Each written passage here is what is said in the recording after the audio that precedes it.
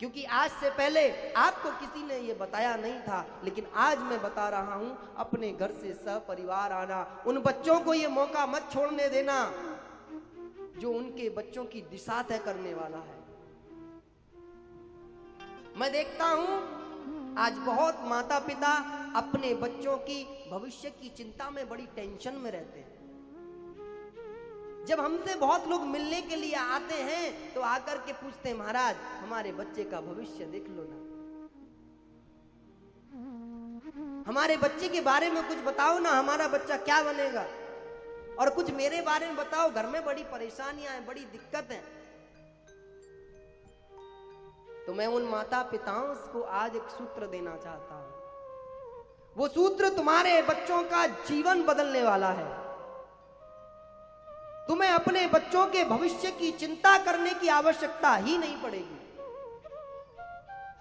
जो माता पिता अपने बच्चों के चरित्र का निर्माण करते हैं, वो बच्चे अपने जीवन में अपना भविष्य स्वयं बनाया करते हैं और पूरी दुनिया में अपने भविष्य के ही निर्माता होते हैं और लाखों लोगों के निर्माण करता हुआ करते हैं। इसीलिए अपने बच्चों के चरित्र का निर्माण करना,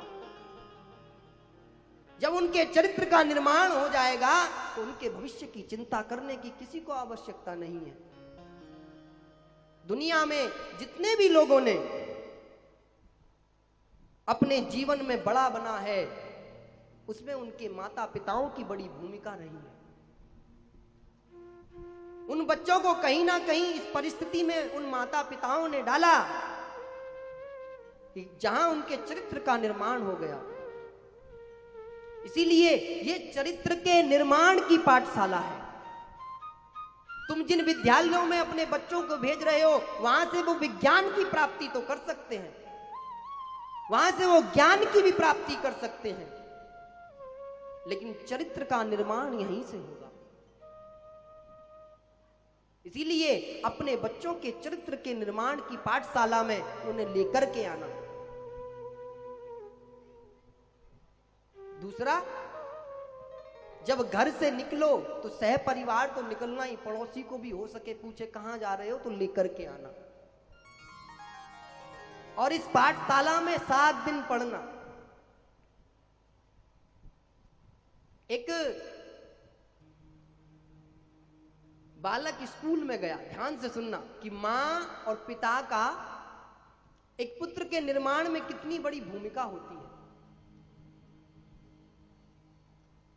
वो बालक जब विद्यालय के अंदर गया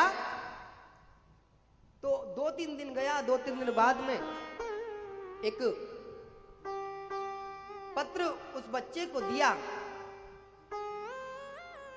और पत्र को देने के बाद में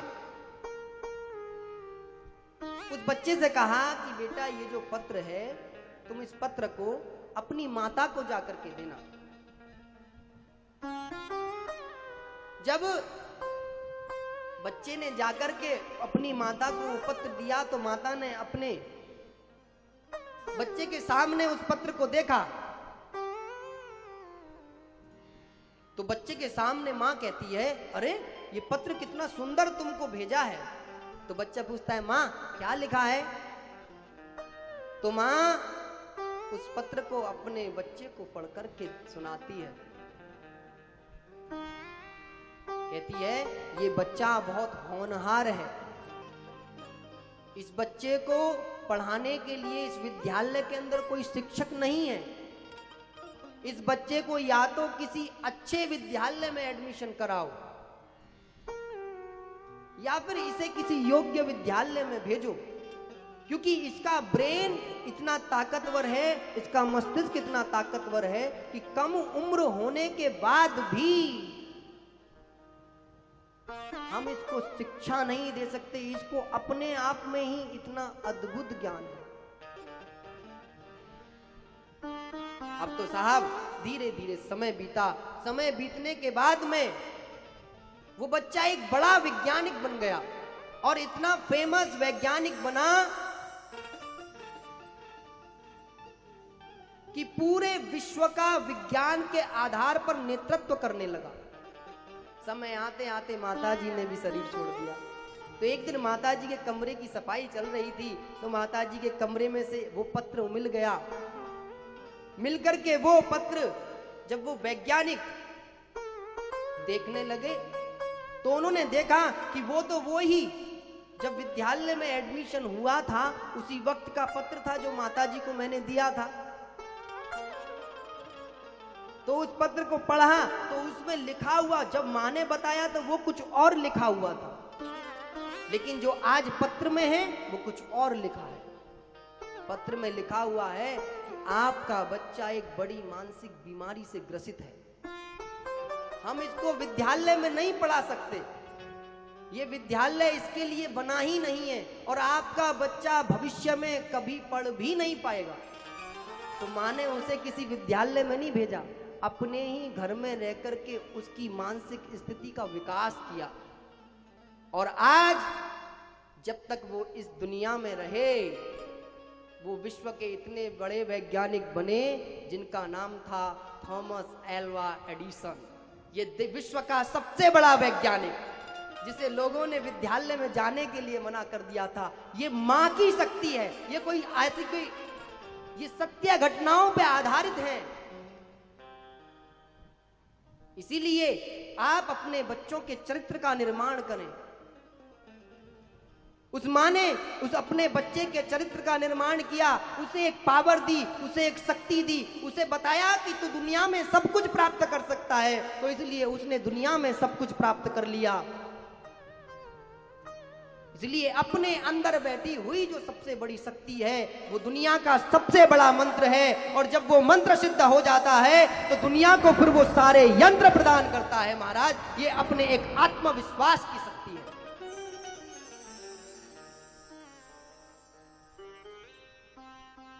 इसीलिए आप अपने जीवन को धारण करें। हम सब दुनिया में विशेष हैं। वैसे भी भगवान ने कहा है कि भारत की भूमि पर जो कोई भी आ जाते हैं वो सब देवता और पुण्य के प्रभाव से ही आते हैं। जननी जन्म भूमिश्च स्वर्गादपि गरीयसी। ये भारत की भूमि मां के समान है, स्वर्ग से भी सुंदर है।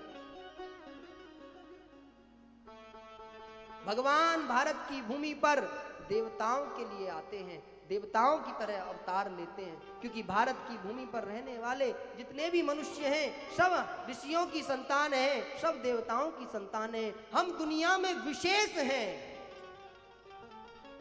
जब दुनिया किसी संकट में पड़ती है तो भारत ही ऐसा राष्ट्र है जिसकी ओर दुनिया देखती है कि ये देश हमको मार्ग देगा।